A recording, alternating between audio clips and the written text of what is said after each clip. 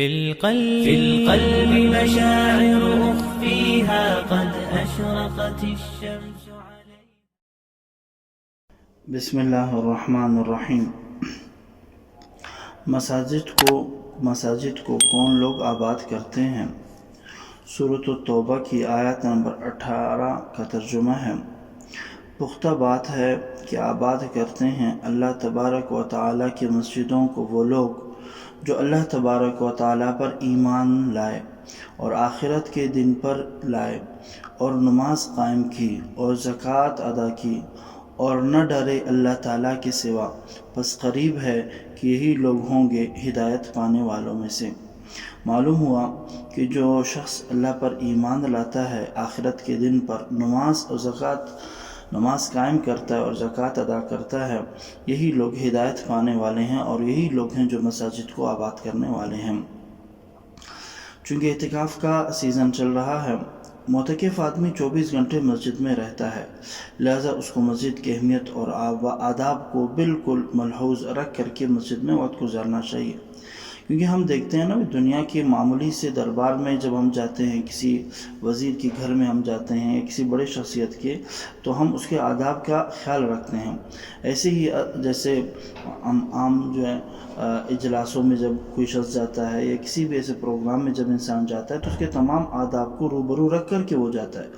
ایسے ہی جب ہم مسجد میں جاتے ہیں، چونکہ وہ اللہ کا گھر ہے اور وہاں پر جو ہے سجدے کیے جاتے ہیں، قرآن کی عبادتیں کی جاتی ہیں، تو مساجد کی اہمیت بھی ہمارے سامنے ہونی چاہیے۔ حضرت ابو ہریرہ رضی اللہ عنہ کی روایت فرمایا کہ اللہ کے نبی صلی اللہ علیہ وسلم نے فرمایا: احب البلاد الی اللہ مساجدها، اللہ تعالیٰ کے نزدیک محبوب ترین جگہ شہروں میں سے ان کی مسجدیں ہیں۔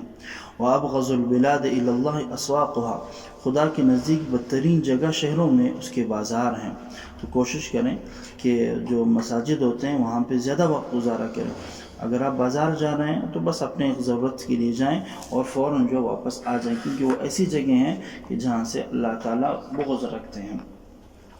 حضرت ابو ہریرہ ہی کی روایت فرمایا کہ رسول اللہ صلی اللہ علیہ وسلم نے: جو بندہ جس وقت بھی صبح کو یا شام کو اپنے گھر سے نکل کر مسجد کی طرف جاتا ہے تو اللہ تعالیٰ اس کے واسطے جنت کی مہمانی کا سامان تیار کراتا ہے۔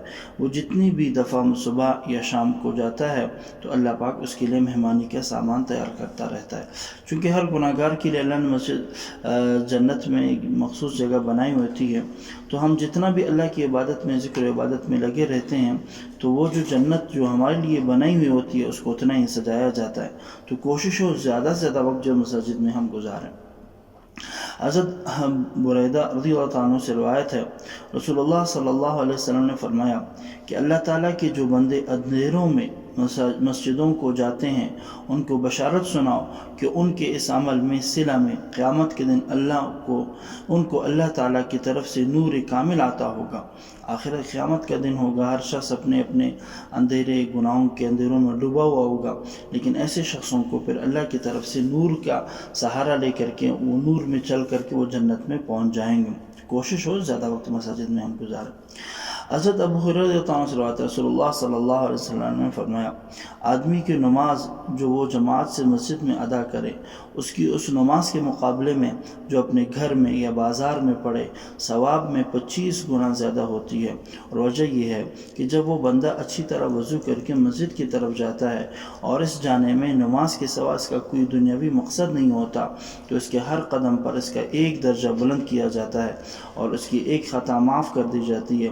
پھر جب وہ نماز پڑھتا ہے تو فرشتے اس وقت تک برابر اس کے حق میں عنایت اور رحمت کی دعا کرتے رہتے ہیں جب تک کہ وہ نماز پڑھنے کی جگہ میں رہیں۔ ان فرشتوں کی دعا یہ ہوتی ہے: اللہم صلی علیہ، اللہم ارحمہ، اے اللہ اپنے اس بندے پر خاص عنایت فرما، اس پر رحمت فرما۔ جب تک تم میں سے کوئی نماز کے انتظار میں مسجد میں رہتا ہے، اللہ کے نزدیک اور اس کے حساب میں وہ برابر نماز ہی میں رہتا ہے۔ یعنی کہ ایک آدمی نماز کے انتظار میں ہے تو وہ بھی نماز ہی میں شمار ہوتا ہے۔ کوشش کریں کہ زیادہ سے زیادہ وقت آپ کا مسجد میں گزریں تاکہ آپ کا اعمال نامہ نیکیوں سے بھرتا رہے۔